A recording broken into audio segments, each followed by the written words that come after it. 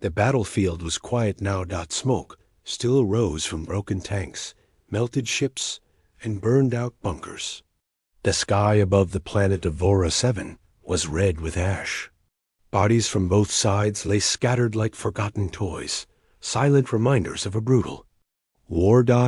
And in the middle of all this ruin stood her. She was tall 8 feet from head to toe. Her armor was cracked, her blade was stained with enemy blood, and her breathing was slow but steady. Most called her the Monster of Vora. Others called her the Last One. She didn't speak her real name anymore. No one ever asked. She had survived the massacre. All her squadmates were gone. They had fallen when the enemy unleashed plasma bombs without warning. And while her body had burns, cuts, and bruises, she still stood. But standing alone came with a cost.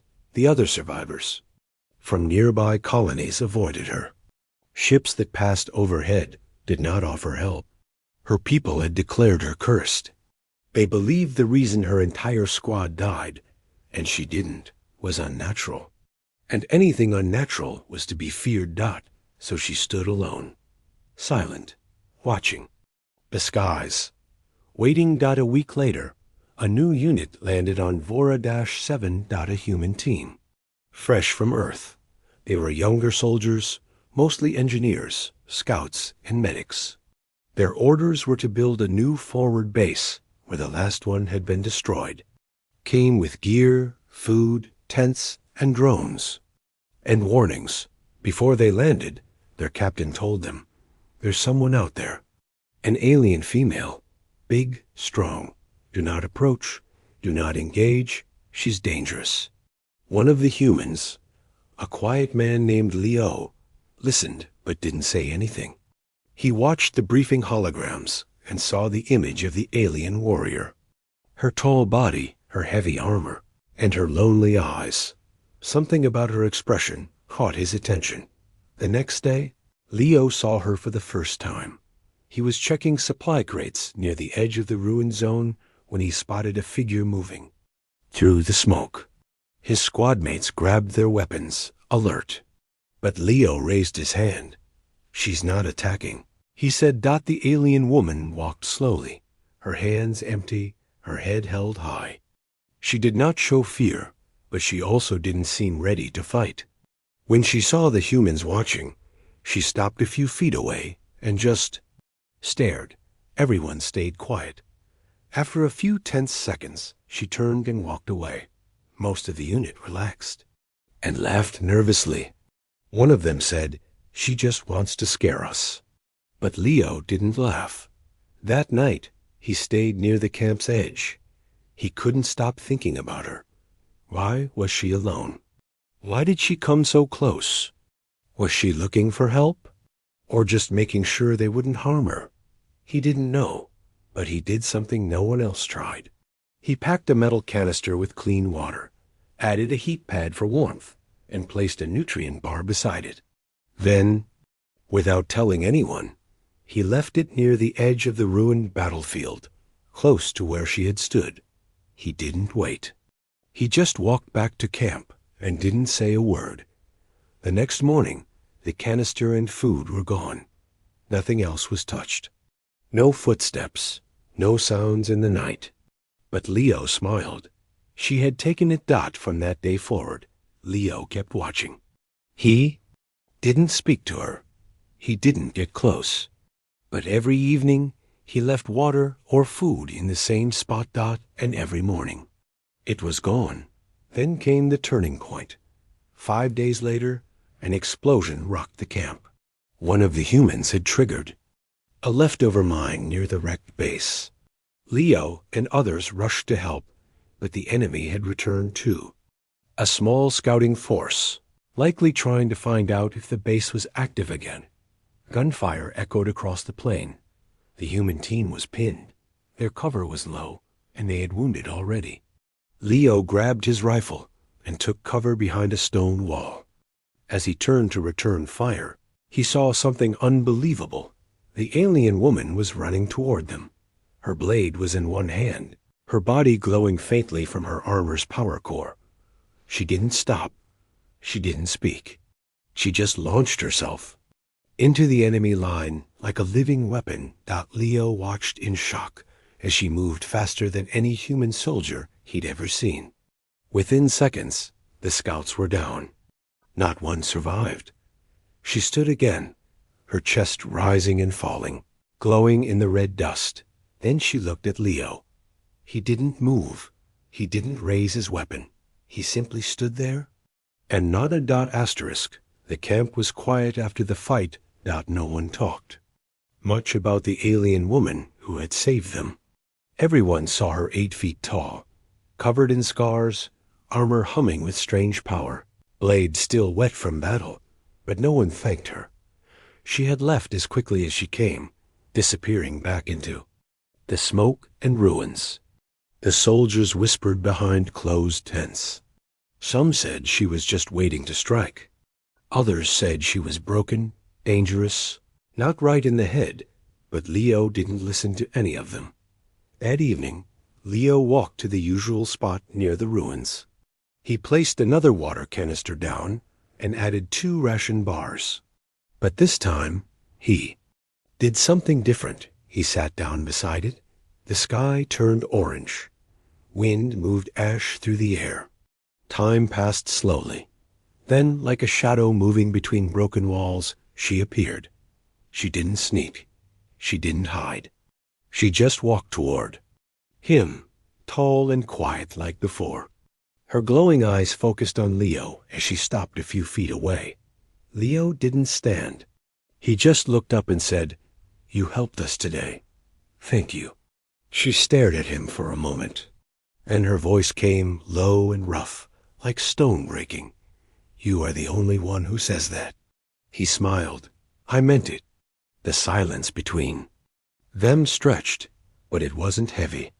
It felt calm. Then she sat down, not too close, but close enough. The metal of her armor made a soft creak as she lowered herself to the ground. She took 1 ration bar and slowly unwrapped it, like she had never touched one before. Leo watched her carefully. He could see the faint lines on her skin like cracks made from long battles and harder days. Her face wasn't cruel, just strong. Her hands, even larger than his head, moved gently. "What do they call you?" Leo asked softly. She looked at him. "I had a name. It doesn't matter now."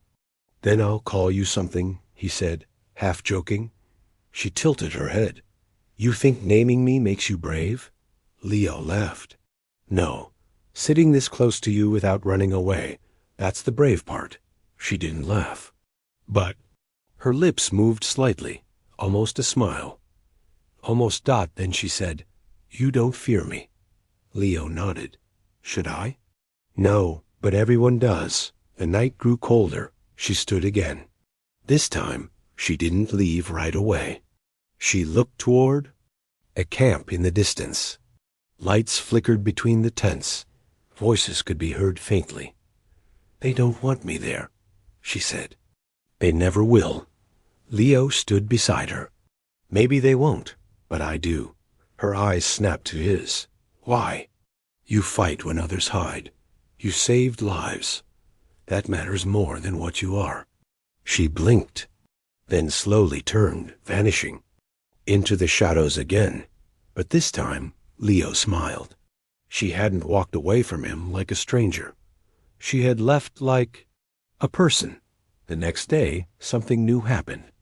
During patrol, Leo was walking alone near the broken hill line when a noise startled him. Metal footsteps, fast and heavy. He turned, expecting trouble. It was her. The alien warrior stepped out, her blade sheathed, her posture alert.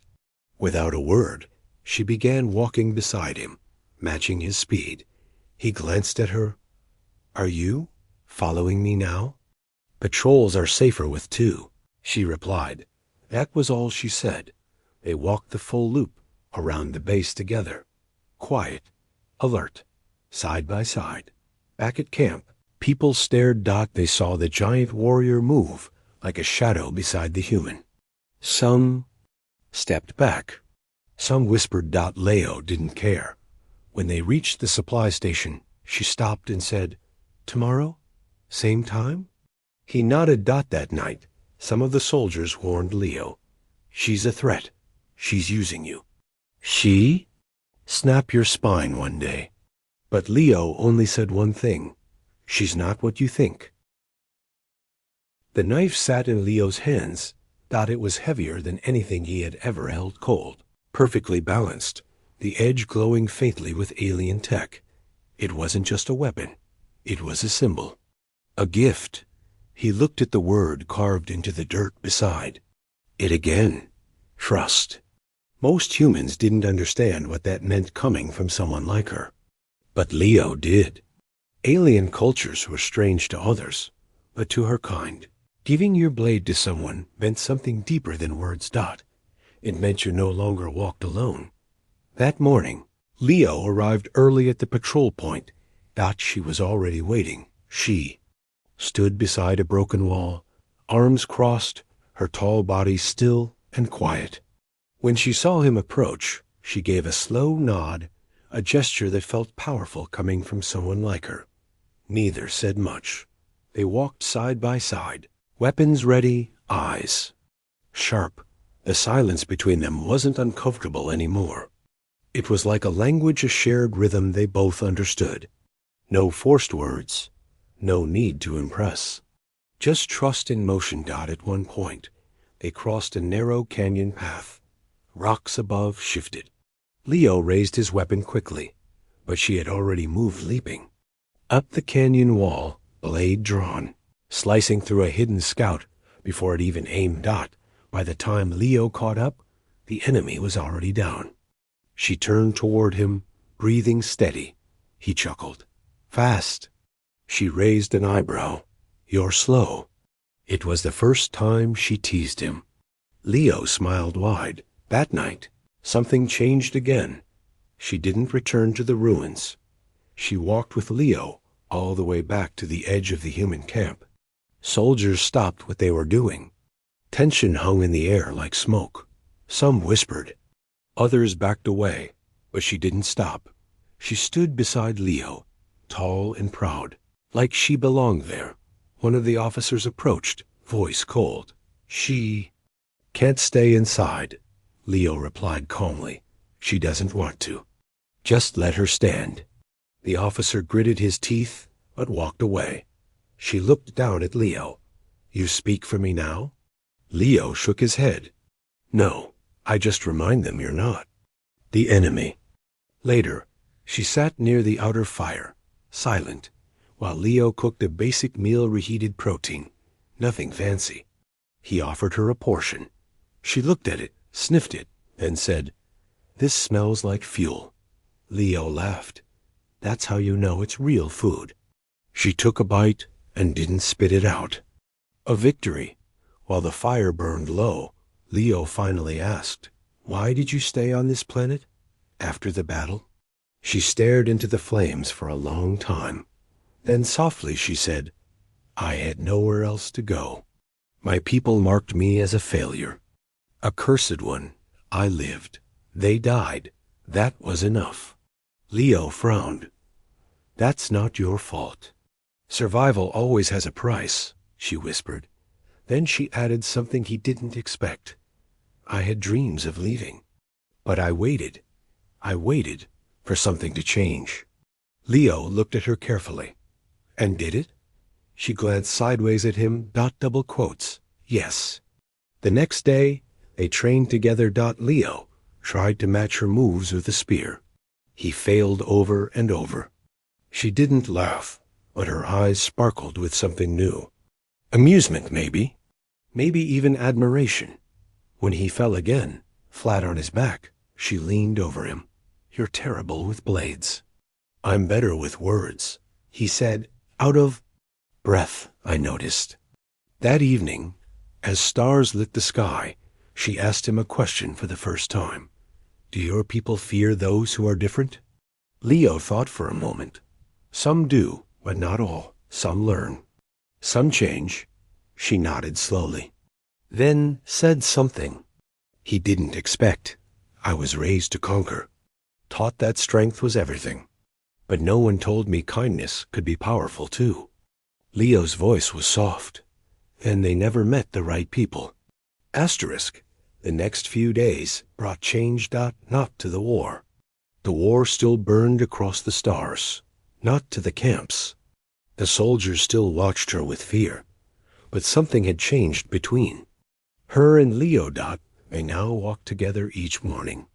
She no longer waited in the shadows. She stood in the open, beside him, with calm eyes and no fear. She had stopped hiding, and Leo, he had stopped pretending she was just another warrior. He now looked at her with something more than respect. He looked at her like someone who finally felt seen. But not everyone liked what they saw. Word spread fast. A high-ranking Earth officer, Commander Hurst, landed at the outpost. He wore sharp armor and a frown that never left his face.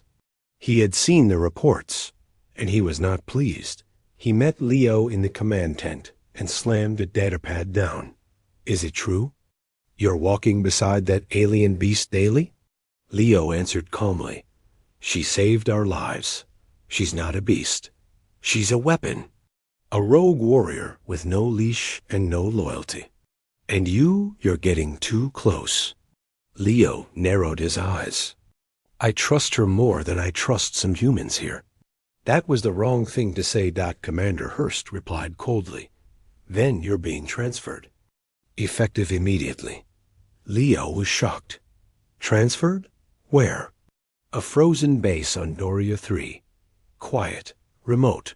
You'll be far from distractions. Leo clenched his fists. This isn't about duty.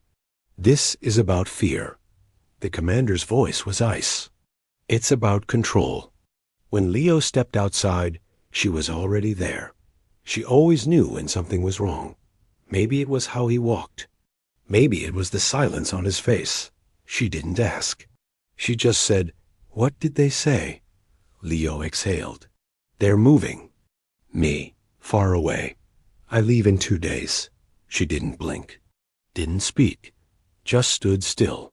Then she said, "You won't make it to the shuttle." Leo raised an eyebrow. "What do you mean?" "They'll stop you. Quietly. You're too close to me. And they don't like that." That night, alarms rang across the base. Not an unexpected attack hit one of the satellite stations. Leo rushed to help, but found himself cornered by 2 human. Security drones. No warning. No questions. Just stun guns raised, and a silent order. Stand down. Before Leo could even speak, a shadow dropped from the wall above. She landed between him and the drones like thunder. In one swing, she shattered the first bot's arm. In another, she crushed the second's core. Leo looked up, stunned.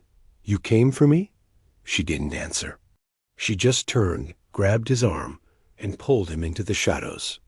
They ran across the outer edge of the base, through broken ruins, past old bunkers, to a small hill where no patrols reached. There they stopped. Leo was breathless. You didn't have to do that." She looked him in the eye. "I did. I protect what matters." For a long time, they sat under the stars. Quiet again. But then she broke the silence. "I once believed I was made only for war," she said. "But now, I wonder if I was wrong." Leo looked at her. "You were never just made for war. You were made to survive, and to feel." She slowly nodded, and added something even softer, and maybe, to be chosen. In the morning, Commander Hurst stood in the command center, furious. Both Leo and the alien warrior were gone. His orders to hunt them were refused by multiple officers. Rumors spread. The human and the alien were now moving colony to colony, defending. Small outposts, saving civilians, and vanishing like ghosts. They had become a story, a warning, a legend. Asterisk. The stars above the border worlds were colder than most remembered. Wind swept across the plains of a small moon colony called HFY 6, where people had long forgotten how to hope, until the two strangers arrived. One was a tall, silent alien warrior whose shadow made others pause mid-step. The other a quiet human named Leo walked beside her like he had nothing to fear. They didn't belong, and yet they were needed. Pirates had been hunting these colonies. Mercenaries, raiders. No one helped. No one cared. The Galactic Council had already labeled HFY 6 a lost cause. But she didn't see it that way, Dot, and neither did Leo. Their first night there, they built defenses, repaired power lines. Leo worked with engineers. She trained farmers to fight. Children peeked from behind doors, pointing at the tall alien woman who moved like a storm, yet smiled at no one. The villagers whispered her name with many words: monster, guardian, shadow. But no one dared speak it to her face until a little girl approached one evening. She was no more than 6, holding a cracked toy that buzzed weakly. The girl stared up at the towering alien and asked softly, "Are you a giant?" The warrior looked down, silent. Then Leo leaned over and whispered, "She's not a giant. She's just special." The girl smiled. "Do you like jokes?" The alien raised a brow. "Jokes?" The girl giggled and said, "What do you call a spaceship full of cheese?" The warrior tilted her head. "What? A cheese or cruiser?"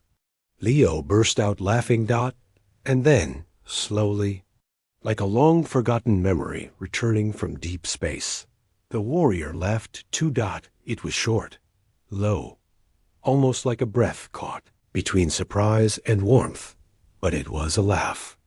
The villagers froze. Leo turned, stunned. "Was that?" She looked away quickly. "That was nothing." He grinned. "That was everything." That moment spread through the colony like fire. The warrior laughed. The children stopped fearing her. Farmers saluted her when she passed. One old man gave her a red scarf, worn but warm. She didn't refuse it. For the first time since Vora 7, she let people see her, but danger wasn't far. 3 nights later, a pirate gunship entered orbit. Alarms screamed. Lights flickered. The colony was defenseless until a beacon lit the sky. The alien woman stood atop the command tower, armor glowing again. Scarf wrapped around her shoulder, Dot. Leo stood below with a makeshift squad. "They're coming," someone shouted. "We can't stop them." She raised her hand. "You don't need to." "I will." When the pirate ship landed, they sent 10 fighters forward. Armed, armored, laughing. Their laughter ended when the first one hit the ground, smashed into the dirt with a broken rifle. Then another, Dot, and another. She moved through them like a blade, through fire. Fast, clean, unstoppable. Leo and the villagers held the line behind her. They never had to shoot. They never had to fight Dot by the time the rest of the pirate ship powered. Up to retreat, half the crew was already unconscious on the ground. The rest, they fled. Afterward, the villagers gathered in the square.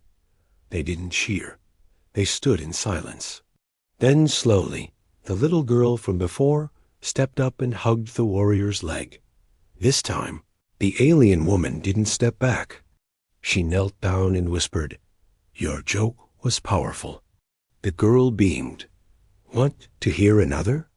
The warrior looked toward Leo. He nodded. "I think she's ready." That night, a fire crackled in the village square. The people of HFY 6 sat in a circle, and in the center, laughing with a warm blanket over her shoulders, sat a tall alien warrior once feared by her own kind. Asterisk, they had found peace, even if just for a little while. After the pirates fled, HFY 6 became a small symbol of resistance. The villagers began fixing their homes. The children played again. People shared food under the stars without fear. And the warrior, she laughed again.